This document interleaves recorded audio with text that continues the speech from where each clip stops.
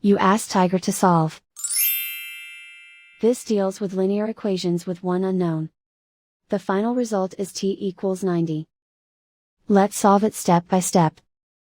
Group all constants on the right side of the equation. Add 6 to both sides.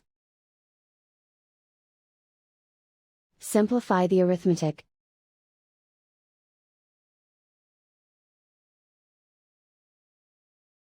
Isolate the t. Multiply both sides by 3. Group like terms. Multiply the coefficients.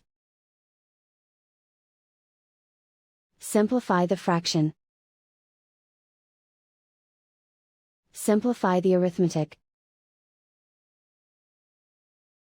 And so the final result is t equals 90.